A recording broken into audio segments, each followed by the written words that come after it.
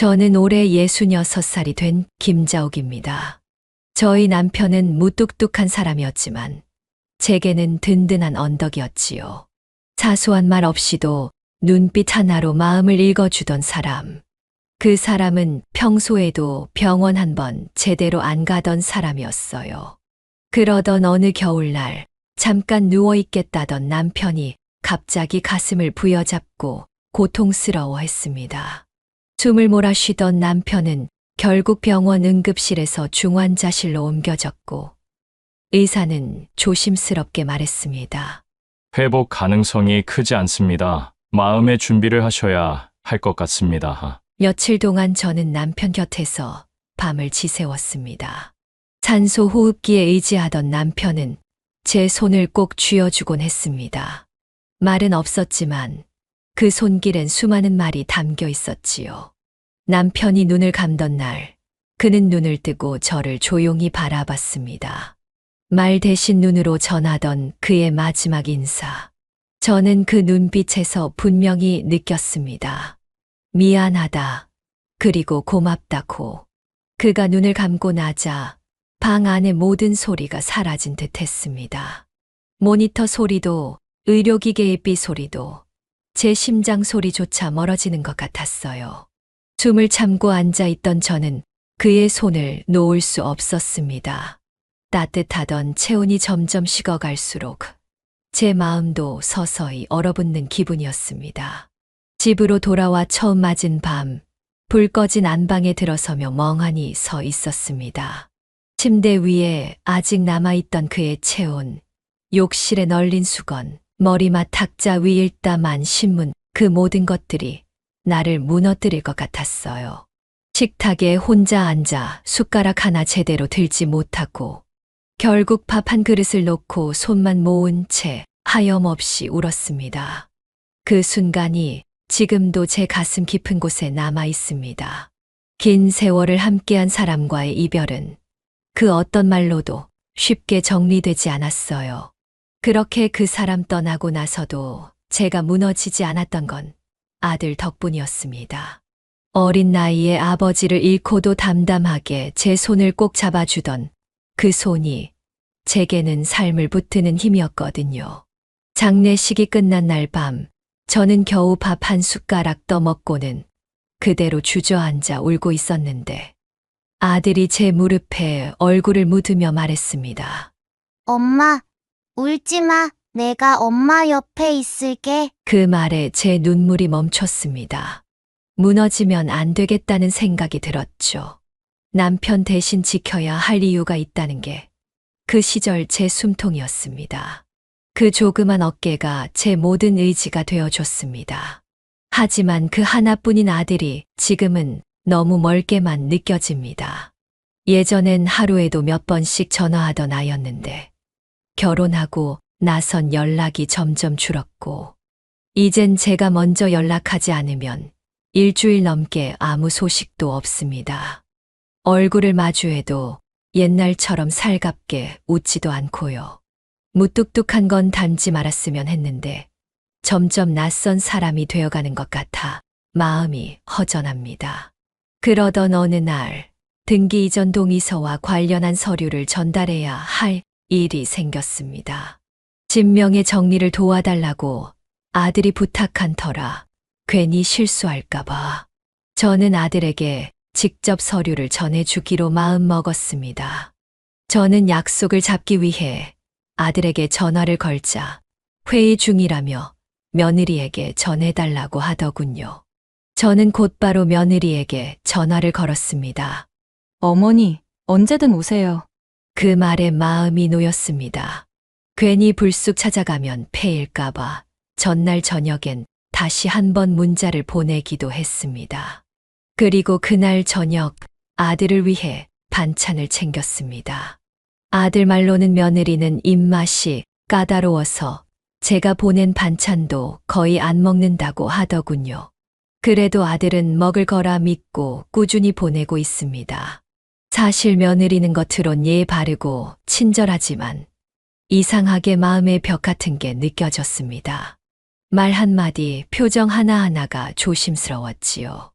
처음엔 낯가림이 심한가 보다, 피곤해서 그런가 보다 넘겼지만 시간이 지나도 그 조심스러움은 좀처럼 풀어지지 않았습니다.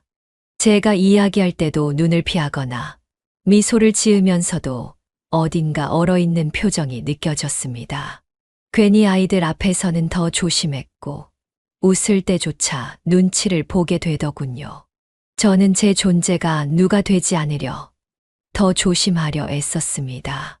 그게 며느리를 위한 배려라고 생각했거든요.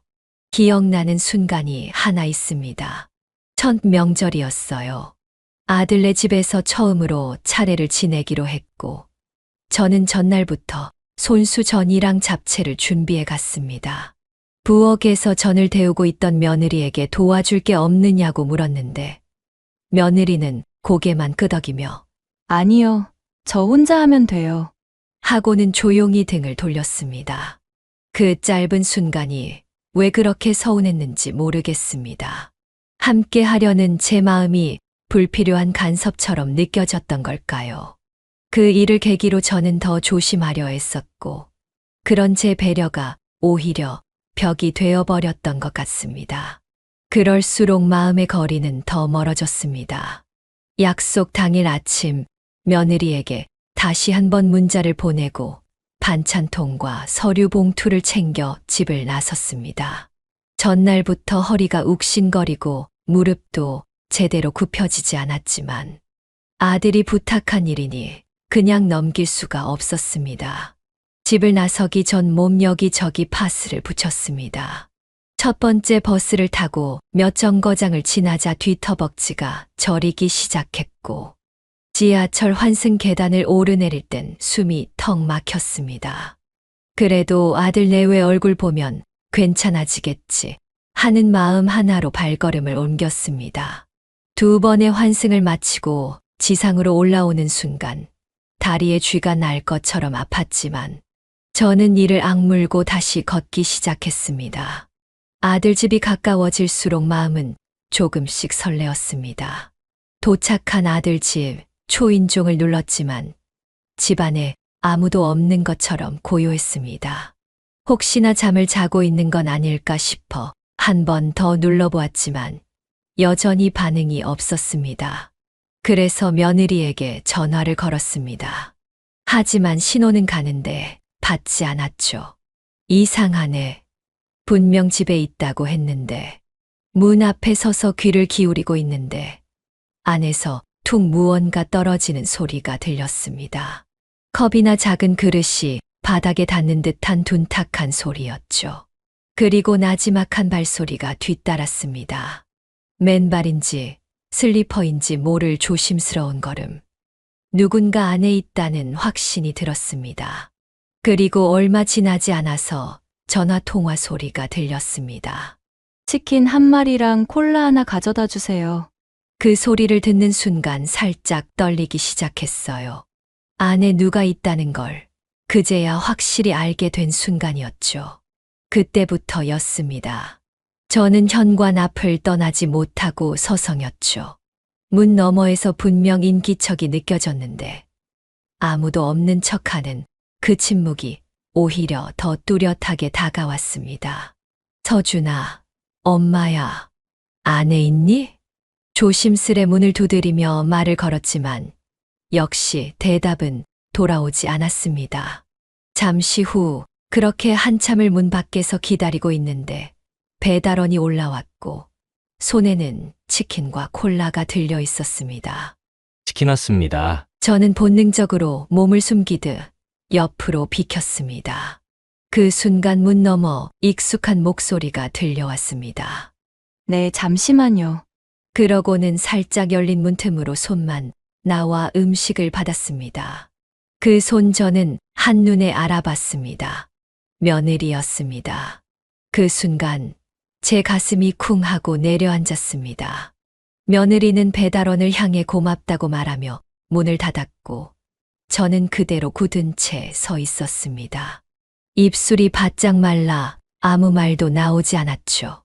문이 완전히 닫힌 뒤에도 저는 한참 동안 그 앞을 떠나지 못했습니다.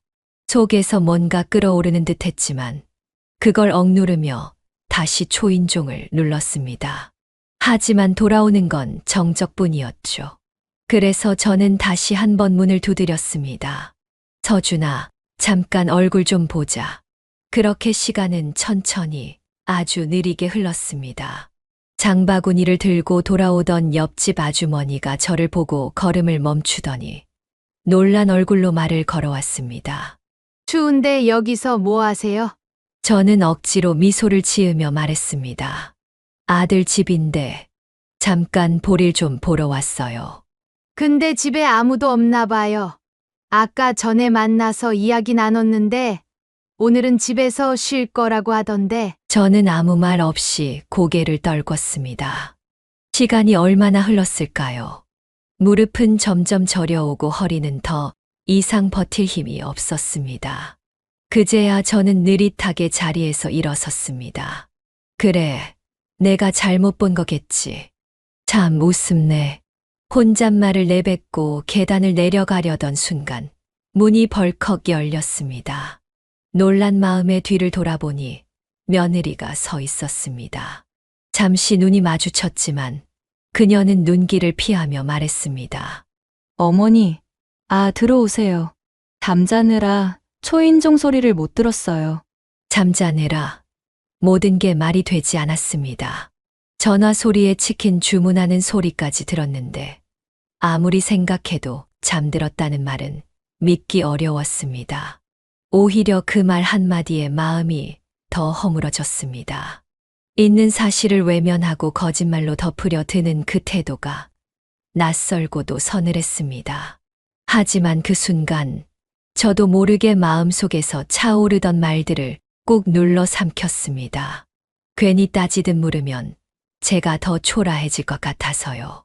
그래서 저는 아무 말 하지 않고 그저 조용히 고개를 끄덕였습니다. 그러곤 반찬 봉투를 조심스레 들고 집 안으로 들어섰습니다. 서준 씨는 출장 갔고 내일쯤 온다고 했어요. 며느리는 저를 쳐다보지도 않고 말했습니다. 목소리는 건조했고 얼굴엔 짜증이 서려 있었죠. 아마 그녀도 나름의 사정이 있었겠지요. 저희 방문이 하루 일정을 흐트러뜨렸을 수도 있고 혹은 그동안 쌓인 감정이 피곤함과 겹쳐 밖으로 드러난 걸 수도 있습니다. 처음부터 저를 싫어했던 건 아닐 텐데 서로의 거리 두기를 오해로 받아들이고 있던 건 아닐까 그런 생각도 들었습니다. 저는 반찬통을 식탁 위에 올려두고 등기 서류가 든 봉투를 꺼내 조심스럽게 내밀었습니다. 이거 서준이가 부탁한 서류야. 전달만 해줘. 그녀는 고개를 끄덕이며 봉투를 받았습니다. 그 순간 문이 완전히 닫히지 않았는지 살짝 열린 방문 틈 사이로 불빛과 함께 안방 쪽에서 무언가 소리가 들렸습니다. 하지만 저는 모르는 척 뒤돌아 나오려고 신발을 신고 있었습니다. 그 순간 안에서 숨죽이는 기척이 사라지고 방문이 살짝 열리면서 아들이 조심스럽게 고개를 내밀었습니다. 여보, 엄마 갔어. 순간 정적이 흘렀습니다. 아들은 저와 눈이 마주치자 그대로 굳어버렸습니다. 놀란 얼굴로 입을 반쯤 벌린 채 한마디도 못했습니다. 출장 간다며 제 입에서 조용히 흘러나온 말에 아들은 머리를 긁적이며 어색한 웃음을 지었습니다. 그게 갑자기 일정이 바뀌어서. 웃으며 둘러대는 모습이 더 낯설게 느껴졌습니다. 저는 애써 아무렇지 않은 척하며 고개를 끄덕였습니다. 말이라도 믿는 척 해야 했으니까요. 하지만 그 순간 제 마음속에서 무언가 뚝 하고 끊어지는 소리가 났습니다. 아니, 어쩌면 그동안 애써 붙들고 있던 끈 하나가 스스로의 무게를 견디지 못하고 풀린 거였는지도 모릅니다. 오래전부터 느껴온 거리감과 외면당하는 듯한 순간들, 그리고 말하지 않아도 알 거라고 믿었던 오해들이 쌓이고 쌓여 결국 이 순간에 이르렀던 겁니다. 머리로는 이해하려 했지만 가슴은 그저 찢어질 듯 아팠습니다. 분명 익숙해야 할 얼굴인데 그렇게 낯설 수가 없었습니다. 아이 때부터 한결같이 다정했던 그 눈빛은 어디 가고 어딘가 멍하고 피하려 드는 눈빛만 남아 있었죠. 며느리는 아들의 뒤에 조용히 서 있었고 아들은 마치 잡히지 않으려는 사람처럼 쭈뼛거리며 문에 기댄 채 말을 잇지 못했습니다. 엄마 그게 그냥 좀. 며느리는 그제야 조심스럽게 말을 꺼냈습니다. 솔직히 어머니가 자주 오시는 게 부담스러웠어요. 처음엔 그냥 조금 불편한 정도였는데 자주 오시다 보니 제 생활 리듬이 흐트러지는 느낌이 들더라고요. 그리고 이 집은 저희 부부만의 공간인데 누군가 계속 드나드는 것 같고 눈치도 보이고 저희 집이니까 저희 맘대로 할 권리가 있잖아요. 당황스러웠습니다. 애써 조심하려 노력했던 제 시간들이 송두리째 부정당하는 기분이었거든요. 그동안 반찬 하나를 보내도 입맛을 헤아려 골랐고 날짜를 조율하며 폐가 될까 망설였던 순간들이 떠올랐습니다. 그런데도 며느리의 말은 너무나 단호하고 날카로웠습니다. 이후에도 아들은 제게 미안하다며 고개를 숙였지만 말끝마다 며느리 쪽을 살피는 눈빛은 분명했습니다. 제 앞에서는 사과하면서도 결국 그녀의 눈치를 보며 다시 입을 다물고 말았죠. 그 이중적인 태도는 말보다 더 선명하게 제 가슴을 쿡쿡 찔렀습니다. 그래 엄마가 갑자기 와서 미안하다. 제 입에선 그 말이 먼저 나왔습니다. 상황은 제가 상처받은 쪽인데 입 밖으로 나온 건 엉뚱하게도 사과였습니다. 아니, 그런 게 아니라. 아들은 손사래를 쳤지만 진심이 실려 있지 않다는 걸 저는 알았습니다. 저는 식탁 위에 반찬통을 바라보며 힘없이 말했습니다. 식탁 위의 반찬은 너가 좋아하던 거야. 혹시나 했어. 아들은 여전히 아무 말 없이 서 있다가 마지못해 식탁 쪽으로 다가왔습니다. 하지만 그 눈길은 반찬이 아닌 핸드폰으로 그리고 시계로 자꾸 흘러갔습니다. 저는 그걸 보고 조용히 일어섰습니다. 서류는 줬으니까 난 갈게. 아들은 갑작스러운 제 행동에 놀란 듯 말했습니다. 엄마, 잠깐만. 오늘 오신 김에 밥이라도. 그 말은 마치 의례적으로 꺼낸 말 같았습니다. 식사라도 함께 하자는 그 한마디에 진심보다는 상황을 모면하려는 기색이 더 크게 느껴졌죠. 형식적으로라도 예의는 지켜야겠지라는 마음에서 나온 말처럼 들렸고, 그래서 오히려 더 서운했습니다. 됐어. 다음에 현관 앞에서 신발을 신는 동안 저는 속으로 다짐했습니다.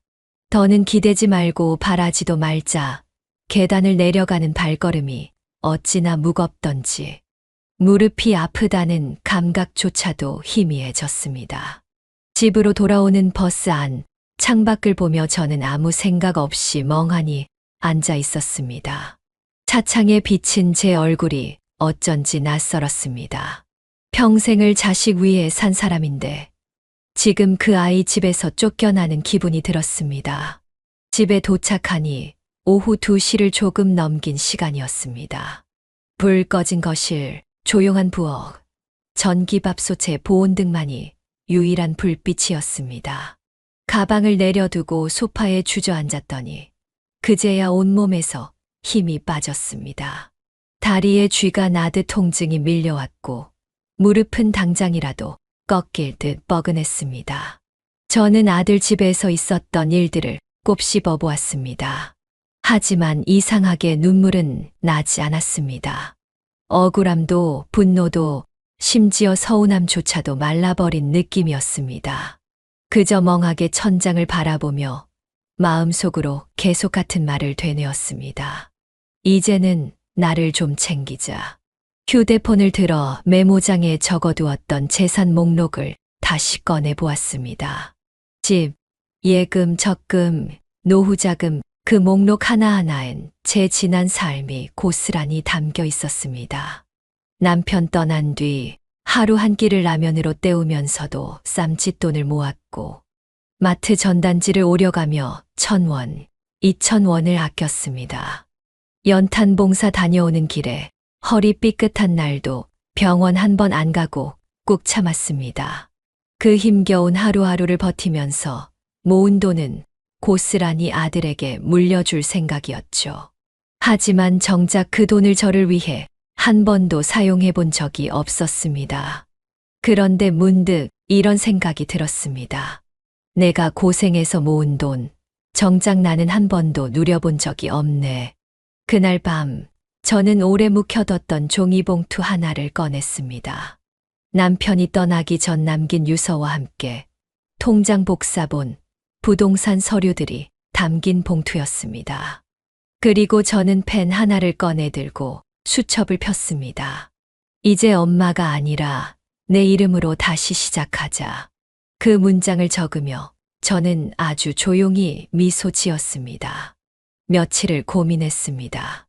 아니, 이미 마음은 굳었고 남은 건 결심을 행동으로 옮기는 일이었습니다. 저는 부동산에 전화를 걸었습니다. 살던 집을 매물로 내놓고 싶다고요. 어르신, 혹시 어디 이사 가시려고요? 네, 혼자 살기엔 좀 크기도 하고 조용한 데서 마음 정리 좀 하려고요. 무슨 일 있으셨어요? 저는 잠시 웃으며 말했습니다. 그냥요. 너무 오래 남만 챙기며 살았더니 이제는 저한테도 좀 잘해주고 싶어졌어요. 제 목소리는 떨리지 않았습니다. 다만 속이 조금 뻐근했습니다. 남편과 함께 벽지 고르며 웃던 거실, 아들 돌잔치 때 한가득 풍선을 매달았던 천장, 여름마다 모기장 달고 창문 열어놓던 안바, 이 집 구석구석엔 제 시간이 너무 많이 남아 있었습니다. 하지만 이제는 그 시간을 정리할 때라고 생각했습니다. 더는 그 시절에 붙들려선 안 되겠다는 생각이 들었거든요. 남편과의 추억도 아들과의 어린 시절도 결국 지금의 제 외로움을 감춰주진 못했으니까요. 과거에 머무르면 저는 한 발짝도 앞으로 나아가지 못할 것 같았습니다.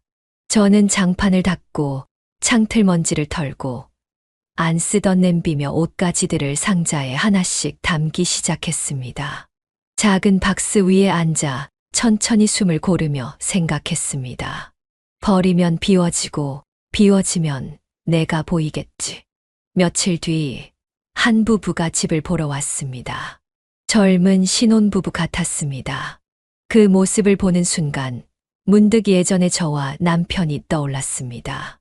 첫 신혼살림 시작하던 그해 겨울 베란다에서 나란히 서서 이 집 참 따뜻하다고 웃던 얼굴이 아른거렸습니다.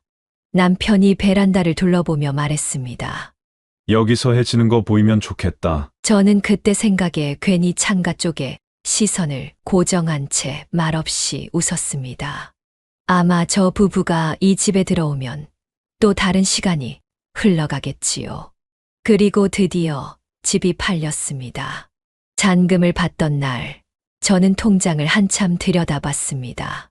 잔고가 많고 적음을 떠나 이제 새 출발을 할 준비가 되었단 게 중요했습니다. 그날 저녁 저는 근처 부동산에 다시 전화를 걸었습니다. 수화기 너머로 들리는 벨 소리 동안 제 가슴은 이상하게 두근거렸습니다. 단순한 거래가 아니라 삶의 방향을 바꾸는 첫 발걸음 같았거든요. 누군가 제 전화를 받을까? 어떤 말로 시작해야 할까가 망설이면서도 한편으론 이 선택이 맞다는 확신이 들었습니다. 이제는 정말 나를 위한 집을 찾고 싶었습니다. 여보세요, 부동산이죠. 월세 원룸 하나 보려는데요. 햇볕 잘 들고 조용한데요. 네.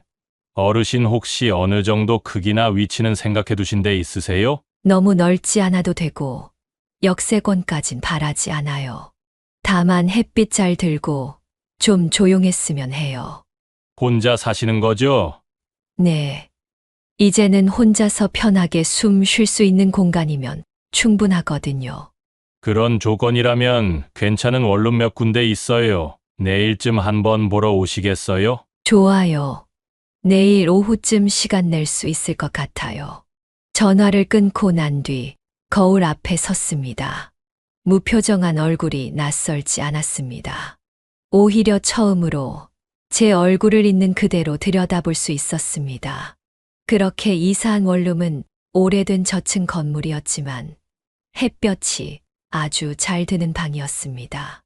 오전이면 커튼 사이로 햇살이 촘촘히 내려앉고 오후엔 작은 창문으로 바람이 살며시 스며들었습니다. 짐은 많지 않았습니다. 접이식 식탁 하나, 작은 전기밥솥, 몇 벌의 옷, 그리고 손때 묻은 그릇 몇 개. 작은 공간이지만 내 마음대로 쉴 수 있는 곳. 그게 이렇게 편한 건지 처음 알았습니다. 다음 날 아침 혼자 밥을 지어 먹었습니다. 작은 솥에서 밥이 고슬고슬 익어가는 냄새가 집안 가득 퍼졌습니다. 김이 피어오르는 그 냄새가 어쩐지 마음을 따뜻하게 데워주는 것 같았습니다. 반찬은 전날 남은 멸치볶음과 두부조림을 작은 접시에 정갈히 담았습니다. 뜨거운 국은 아니었지만 뚝배기 뚜껑을 열자마자 퍼지는 된장의 구수한 향에 저도 모르게 입가에 미소가 번졌습니다. 혼자 먹는 밥상이었지만 허전하지 않았습니다. 예전엔 늘 누군가를 위해 상을 차렸지만 오늘은 제 자신을 위해 준비한 자리였거든요.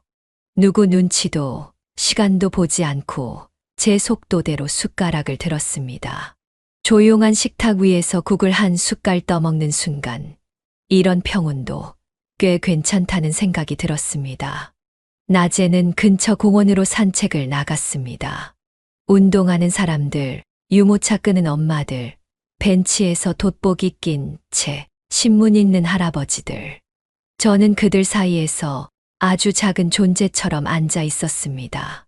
하지만 그게 나쁘지 않았습니다. 공원 한쪽 벤치에 조용히 앉아 있으니 세상과 거리를 둔 듯한 평온함이 밀려왔습니다. 누구도 저를 신경 쓰지 않고 저 또한 아무에게도 맞출 필요 없으니 그저 숨 쉬는 것만으로도 편안했습니다. 밤엔 라디오를 틀어놓고 메모장에 하루를 적었습니다. 별거 아닌 일들이었지만 제겐 모두 소중했습니다. 그리고 잠들기 전 작은 탁상시계 옆에 메모 하나를 붙였습니다. 나는 나의 하루를 지킬 것이다. 그 문장을 보고 천천히 불을 끄고 누웠습니다. 그렇게 조용하고 평화로운 날들이 흐르던 어느 날, 낯익은 번호가 휴대폰에 떴습니다. 아들이었습니다. 망설임 끝에 전화를 받자 아들의 목소리가 들렸습니다. 조금은 어색하고 낯설게 느껴지는 목소리였습니다. 엄마 어디에요? 요즘 왜 연락이 없어요? 저는 조용히 웃으며 대답했습니다. 잘 지내고 있어. 그냥 좀 쉬고 있었어.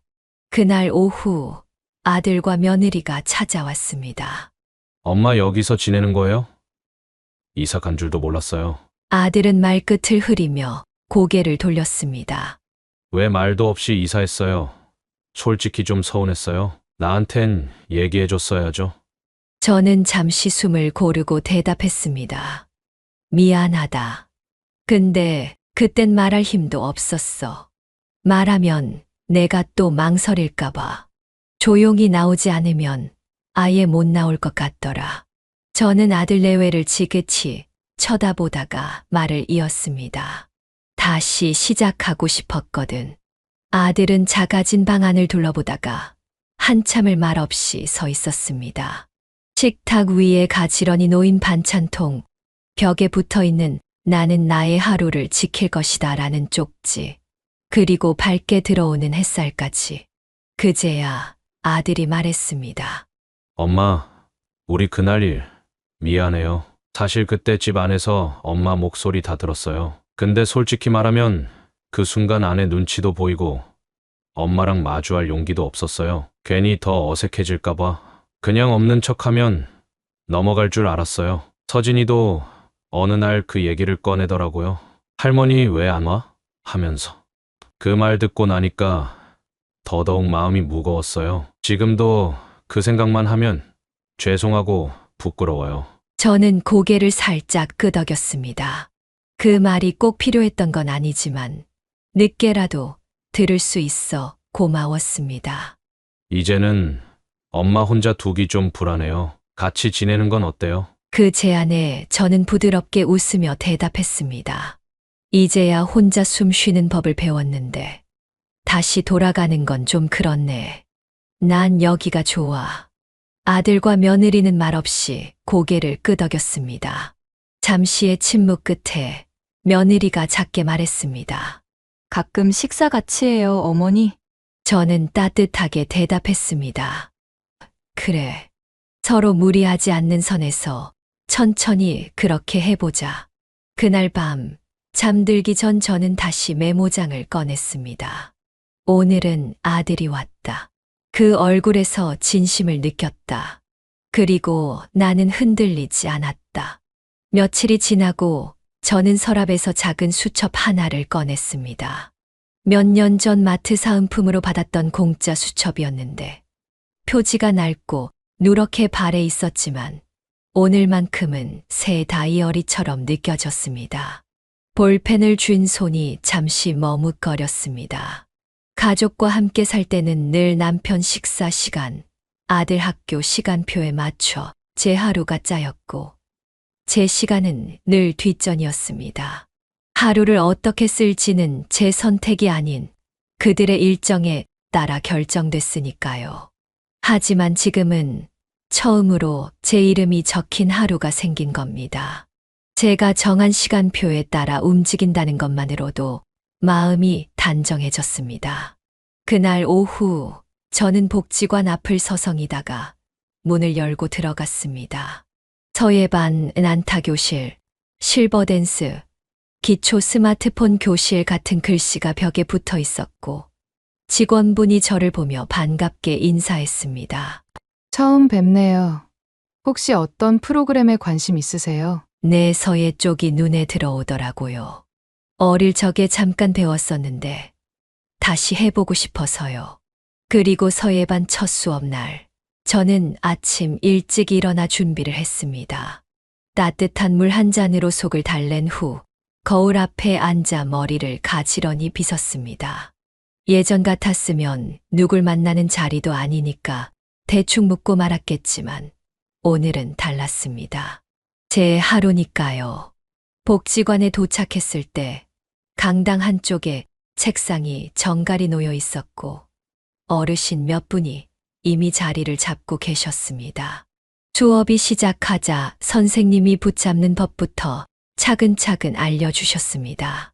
어르신, 손목에 힘 너무 주지 마시고요. 붓이 종이 위에 살짝 앉는다고 생각하세요. 저는 조심스럽게 붓을 들어 첫 획을 그었습니다. 먹향이 은은하게 퍼졌고 종이에 번지는 먹물 자국을 보며 마음이 차분해졌습니다. 그동안 말로도 풀지 못한 감정들이 붓끝으로 조용히 흘러나오는 것 같았습니다. 옆자리 할머니가 다정하게 말을 걸어왔습니다. 어디서 서예 배우신 적 있으세요? 저는 머쓱하게 웃으며 대답했습니다. 예전에 취미 삼아 혼자 쓰곤 했는데 애 키우느라 붙잡을 틈도 없어졌어요. 이젠 시간이 많아져서 다시 시작해보려고요. 그 말에 할머니가 고개를 끄덕이며 말했습니다. 맞아요. 늦은 건 없어요. 다시 시작하면 되죠? 그 말이 괜히 마음에 오래 남았습니다. 늦어도 된다. 지금부터 다시 해도 된다. 누가 말해주지 않아도 알고 있었지만 누군가 그렇게 따뜻하게 말해주는 건 참 오랜만이었습니다. 수업이 끝나고 복지관 앞 벤치에 앉았습니다. 햇볕이 볼에 따뜻하게 닿았고 그 순간 머릿속에 떠오른 말 하나. 이게 평온이라는 거구나. 그렇게 특별할 것 없는 하루였는데도 마음 어딘가가 촘촘히 채워지는 기분이 들었습니다. 집에 돌아와 저녁을 챙기고 하루 일과를 메모장에 적었습니다. 서예 수업 첫날. 손은 좀 떨렸지만 마음은 묘하게 편했다. 낯선 하루였는데도 익숙해지고 싶다 생각했다. 그날 밤 라디오에서 조용한 피아노 곡이 흘러나왔습니다. 저는 조용히 등을 기대고 눈을 감았습니다. 익숙하지 않았지만 분명 좋은 하루였습니다. 며칠 뒤 복지관 서예반에서 함께 수업을 들었던 할머니 한 분이 말을 걸어오셨습니다.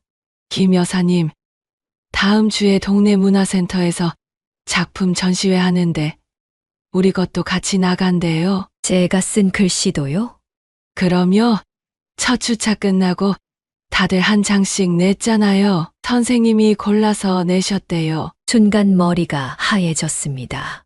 전시회라니, 그건 저 같은 사람과는 거리가 먼 이야기라고 생각했거든요. 하지만 동시에 이상하게 가슴 한쪽이 간질간질했습니다. 누군가 제 흔들리는 분놀림을 보고 무언가 따뜻한 마음을 느꼈다는 뜻일 테니까요. 그날 집에 돌아와 저는 서랍에서 화장품 파우치를 꺼냈습니다.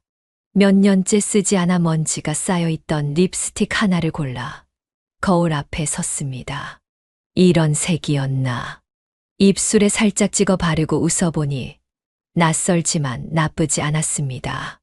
오래 잊고 지낸 얼굴이 천천히 드러나는 기분이었습니다. 살짝 주름이 진 눈가까지도 오늘따라 덜 외로워 보였습니다. 그건 단순한 화장이 아니었습니다. 오랫동안 잊고 지낸 나를 다시 꺼내보는 의식 같은 순간이었죠. 누군가를 위해 단장하는 게 아니라 오직 나 자신을 위해 거울 앞에 선다는 건 제게는 낯설고도 새로운 일이었습니다. 립스틱을 바르는 내내 마음 한편이 간질거렸습니다. 이런 얼굴로 전시회장에 가도 괜찮을까 하는 생각보다도 이제는 나도 괜찮다고 말해도 되겠구나 하는 마음이 먼저 들었거든요. 그날 거울 속 저는 오랜만에 스스로에게 고개를 끄덕일 수 있는 얼굴이었습니다. 전시회 날, 저는 낡은 블라우스에 다림질한 바지를 입고 복지관에 도착했습니다. 생각보다 많은 사람들이 와 있었습니다. 사람들 사이를 천천히 지나며 벽에 붙은 작품들을 하나씩 살펴봤습니다. 어떤 글 귀엔 깊은 삶의 흔적이 담겨 있었고, 어떤 글씨엔 여전히 흔들리는 손길이 고스란히 묻어 있었습니다. 그런 글들 사이에서 저는 제 글씨를 찾았습니다. 한 구석, 제 글씨가 조용히 걸려 있었습니다. 하루를 아끼자. 오늘은 다시 오지 않으니까. 거기에 작은 이름표까지 붙어 있었습니다. 김순옥. 그 순간 마음속 어딘가가 뭉클해졌습니다. 누군가에게 보여주기 위한 글이 아니라 제 안에서 꾹꾹 눌러 담은 시간이 그대로 적혀 있었던 글씨. 제 앞에 서서 한참을 바라보던 중년 아주머니 한 분이 제게 말을 걸었습니다. 이 글 이상하게 마음이 편해지네요. 혹시 이거 쓰신 분이세요? 저는 조심스레 고개를 끄덕였습니다. 감사합니다. 저도 그 마음으로 쓴 글이었어요. 아주머니는 환하게 웃으며 말했습니다. 다들 화려하고 멋지게 쓰셨는데 이 글은 그냥 마음이 편하네요. 꾸밈 없는 글씨 같아요. 저는 작게 웃으며 고개를 숙였습니다. 사실 쓰면서도 많이 망설였어요. 괜히 지우고 다시 쓰기를 몇 번이나 했는지 몰라요. 아주머니는 고개를 끄덕이며 말했습니다. 그런 마음이 그대로 전해졌나 봐요. 보는 사람이 편안하다는 건 쓰신 분 마음이 진짜 따뜻했다는 뜻이잖아요. 그 말에 저는 왠지 모르게 눈시울이 살짝 붉어졌습니다.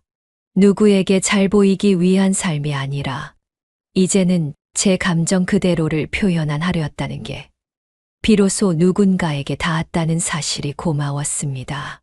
그날 저녁 원룸으로 돌아온 저는 작은 캔들을 켜고 조용히 앉았습니다.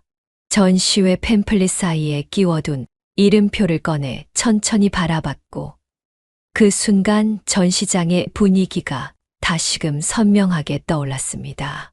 복지관 2층 전시실은 따뜻한 조명 아래 조용한 클래식 음악이 흐르고 있었고, 글씨 앞에 선 사람들은 하나같이 진지한 얼굴로 작품을 감상하고 있었습니다. 글귀를 따라 고개를 끄덕이거나 작은 목소리로 감탄을 나누는 모습도 보였죠. 그 속에 저도 섞여 있었습니다. 어느 중년 부부는 제 글씨 앞에서 한참을 서 있다가 서로를 바라보며 미소를 주고받았습니다. 저는 멀리서 그들의 대화를 상상해 보았습니다. 이 글귀 당신한테 하는 말 같네. 오늘 하루도 너무 바쁘게만 살았지. 당신도 그렇잖아. 우리 둘 다 매일 바쁘다는 이유로 서로한테 무심했지. 하루를 아끼자 맞는 말이네. 이제 좀 여유를 가져야 할 것 같아. 그들은 잠시 침묵하며 글씨를 바라봤습니다. 아주 조용한 순간이었지만 그 속엔 서로를 이해하고 다독이는 마음이 오갔습니다. 그 모습을 보는 제 마음 한편이 뭉클해졌습니다. 내 글씨가 누군가에게 작은 대화의 계기가 되었다는 사실이 말로 다 못할 만큼 기뻤습니다. 꾸미지 않은 글씨, 담담하게 써 내려간 그 한 문장이 누군가의 마음에 스며들었다는 게 그저 감사했습니다.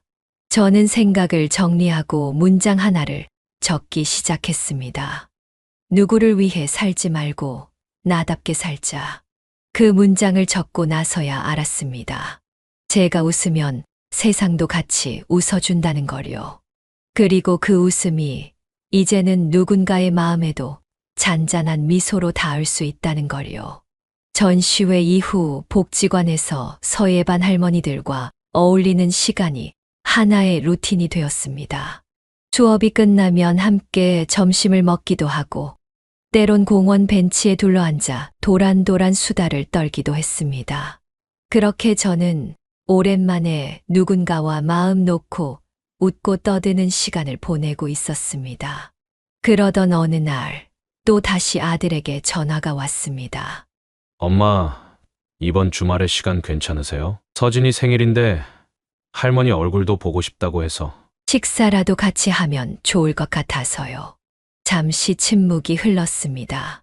그 말이 반가우면서도 낯설었기 때문입니다.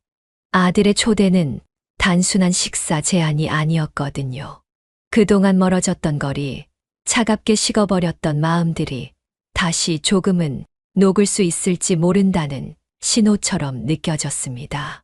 하지만 동시에 망설임도 컸습니다. 괜히 또 기대했다가 상처받는 건 아닐까. 예전처럼 문 앞에 서서 혼자 되돌아오게 되는 건 아닐까. 여러 감정이 뒤섞인 채 저는 그 순간 짧지만 깊은 고민에 잠겨 있었습니다. 시간 괜찮아. 어디서 만나면 될까? 저는 담담하게 대답했습니다. 거절하지도 반기지도 않았습니다.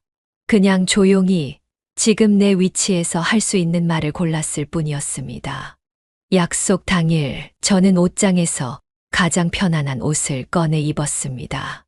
예전 같았으면 손잡으러 간다는 마음에 새 옷을 사고 반찬도 몇 가지 챙겨 들었을 테지만 이번엔 달랐습니다. 약속 장소는 근처 패밀리 레스토랑이었습니다. 아들과 며느리, 손자는 이미 와 있었습니다. 아이는 환하게 웃으며 달려와 제 품에 안겼고 저는 그 작은 품을 천천히 안았습니다. 할머니 왜 이제 왔어요? 보고 싶었어요.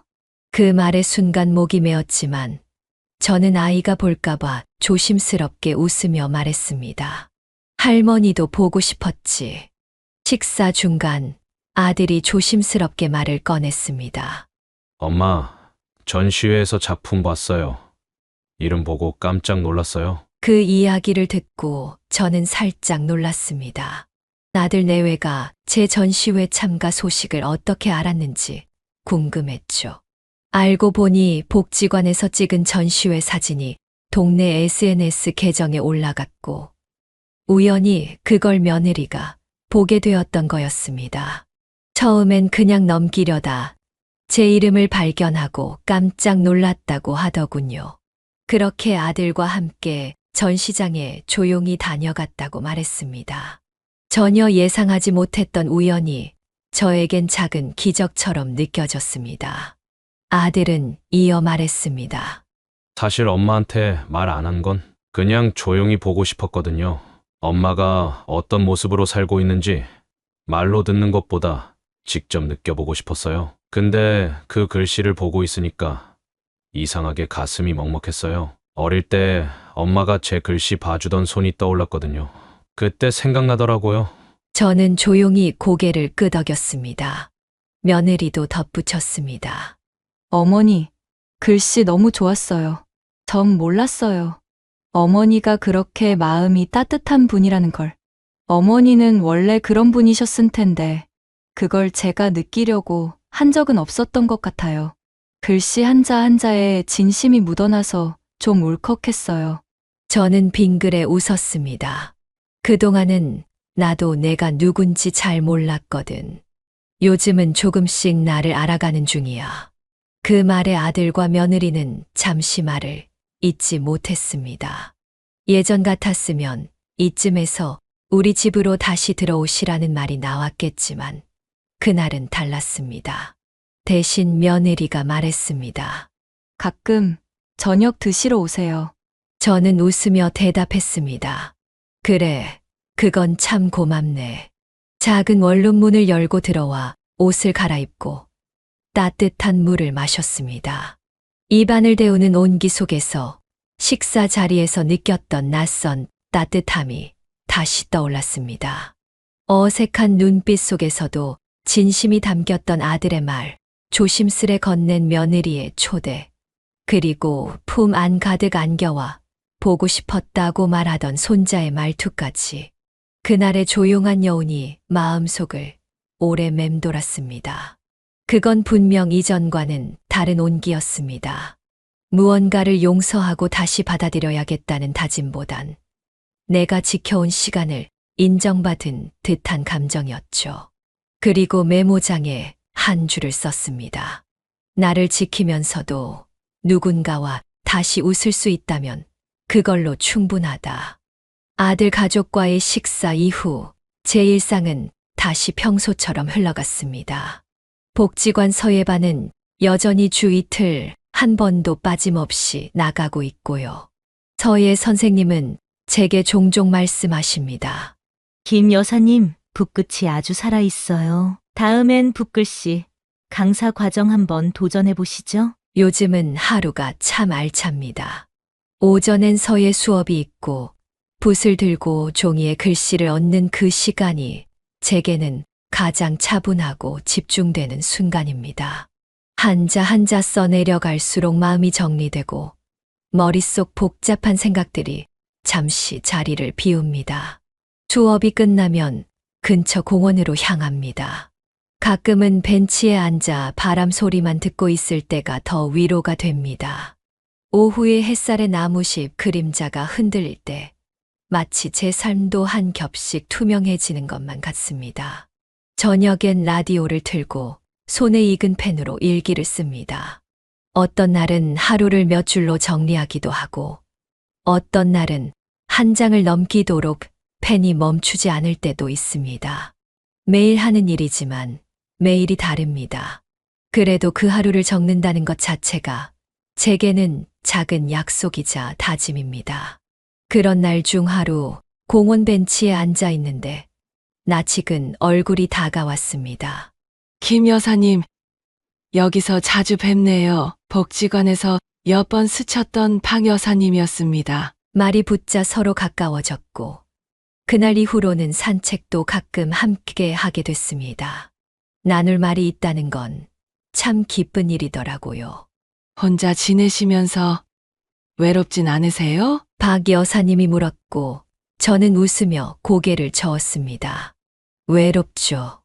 근데 그게 꼭 나쁜 건 아니더라고요. 혼자 있는 시간이 꼭 비어 있는 건 아니라는 걸 요즘 알게 됐어요. 그 말에 박 여사님도 조용히 웃었습니다. 저도 그래요. 예전엔 텔레비전 소리 없으면 허전했는데 요즘은 그냥 창밖 나무집 흔들리는 소리만 들어도 마음이 편하더라고요. 우리는 그렇게 한참 동안 말을 줄이고 바람 소리를 함께 들었습니다. 꼭 말이 오가야 친밀한 건 아니더군요. 같은 자리에 앉아 고요함을 공유할 수 있다는 것만으로도 어쩐지 외롭지 않았습니다. 집에 돌아와 책상에 앉았습니다. 작은 스탠드를 켜고 수첩을 펼쳐 오늘 하루를 정리했습니다. 오늘은 혼자서도 기분이 나쁘지 않았다. 누구와 함께하지 않아도 괜찮은 날이 있다는 걸 알았다. 이제야 진짜 내 시간이 시작된 것 같아. 창밖엔 저녁 노을이 천천히 번지고 있었습니다. 예전 같았으면 남편과 나란히 앉아 이 노을을 함께 바라봤을 텐데 오늘은 혼자였습니다. 그래도 외롭지 않았습니다. 언젠가 아들과 손잡고 놀이터에서 노을을 배경으로 사진을 찍던 순간이 스쳤습니다.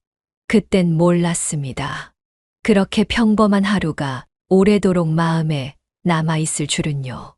오늘 노을은 그날보다 조금 더 붉었고 조금 더 조용했습니다. 이제는 그 조용함이 저를 위로하는 걸 알게 되었습니다. 예전 같았으면 누군가에게 보여주고 싶었을 풍경이었지만 오늘은 그냥 저 혼자만 알고 싶었습니다. 제 마음속에 조용히 간직하고 싶은 노을이었습니다. 며칠 뒤 복지관에서 서예반 친구들과 함께 자그마한 송년회를 열었습니다. 각자 한 가지씩 준비해 온 음식들을 책상 위에 펼쳐두고 종이컵에 귤을 나눠 담으며 웃음이 끊이지 않았습니다. 김 여사님, 이거 직접 만드신 거예요? 박 여사님이 제가 가져온 연근조림을 집어먹으며 물었습니다. 네, 어젯밤에 좀 무리했네요. 맛이 없으면 어쩌나 걱정이 되네요. 무슨 말씀이세요? 정성이 느껴져서 그런가 너무 맛있어요. 다 먹는 것보다 훨씬 좋아요. 서예 선생님도 환하게 웃으며 말씀하셨습니다. 다들 이렇게 한 해 마무리하면서 서로 작품도 나누고 음식도 나누고 마음까지 따뜻해지네요. 이런 자리가 참 소중한 겁니다. 우리는 그 말에 서로 고개를 끄덕이며 작은 종이에 자신이 올해 가장 마음에 들었던 문장을 하나씩 적어 돌려 읽었습니다. 제 차례가 되었을 때 저는 조금 머뭇거리다 하루를 아끼자 오늘은 다시 오지 않으니까 라고 적힌 종이를 꺼내 보였습니다. 김 여사님, 이 글씨는 볼 때마다 마음이 편해져요. 박 여사님이 제게 말했습니다. 따뜻한 사람이란 게 글씨에도 묻어나네요. 그 말에 저는 조용히 웃으며 대답했습니다. 그 글씨 쓸 땐 저도 그랬던 것 같아요. 하루하루를 소중히 여겨야겠다고 처음으로 제 마음이 또렷해졌던 날이었거든요. 그날의 대화는 잔잔했지만 오랜만에 마음이 꽉 차오르는 시간이었습니다. 각자 집에서 조촐하게 싸온 과일과 떡을 나눠 먹고 한 해 동안 쓴 글씨 중 마음에 드는 문장을 서로에게 보여주는 시간을 가졌습니다. 그때 처음으로 제 마음 안쪽을 들여다봤던 것 같아요. 누구 눈치도 보지 않고 그냥 내 마음을 내 손으로 꾹꾹 눌러 담았던 글씨. 어쩌면 그날이 제 인생에서 처음으로 제가 저를 온전히 이해했던 시간이었는지도 모르겠어요. 그렇게 한 해가 저물고 있습니다. 예전 같으면 연말은 늘 허전하고 쓸쓸했는데 올해는 그렇지 않네요. 조용히 나를 지키는 일이 이렇게 큰 위로가 되는 줄 몰랐습니다. 다음 해가 어떤 모습일진 모르지만 저는 그냥 제 자리에서 제 호흡대로 살아가려 합니다. 누구와 비교하지 않고 누구에게 보이기 위해 애쓰지 않고요. 저는 이제 김자옥이라는 이름으로 천천히 단단하게 살아갑니다. 사실 예전에는 제 이름으로 불리는 일이 드물었습니다. 서준이 엄마, 아줌마, 어머니라는 호칭들 속에 제 이름은 희미하게 가려져 있었죠. 제 존재는 늘 누군가를 위한 배경처럼 느껴졌습니다. 하지만 이제는 다릅니다. 내가 쓰고 싶은 글을 쓰고 내가 가고 싶은 길을 걷는 하루. 그 하루에 제 이름이 또렷이 새겨져 있다는 것만으로도 마음이 든든해집니다. 그리고 그걸로 충분합니다. 제 이야기는 여기서 끝내야겠네요. 부족한 제 이야기를 끝까지 들어주셔서 진심으로 감사합니다. 늘 건강하고 행복하세요. 네, 오늘 이야기는 어떠셨나요? 오늘 이야기를 듣고 어떻게 생각하시는지 어머님, 아버님의 생각을 댓글로 공유해주세요. 저는 또 다른 사연으로 찾아뵙겠습니다. 좋아요, 구독, 알람 설정을 통해 앞으로도 따뜻한 정을 나눌 수 있게 함께 해주세요. 어머님, 아버님의 삶의 지혜와 경험을 나눌 수 있는 통로가 되겠습니다. 오늘도 인생을 바꾸는 관점을 통해 사연을 들어주셔서 감사합니다.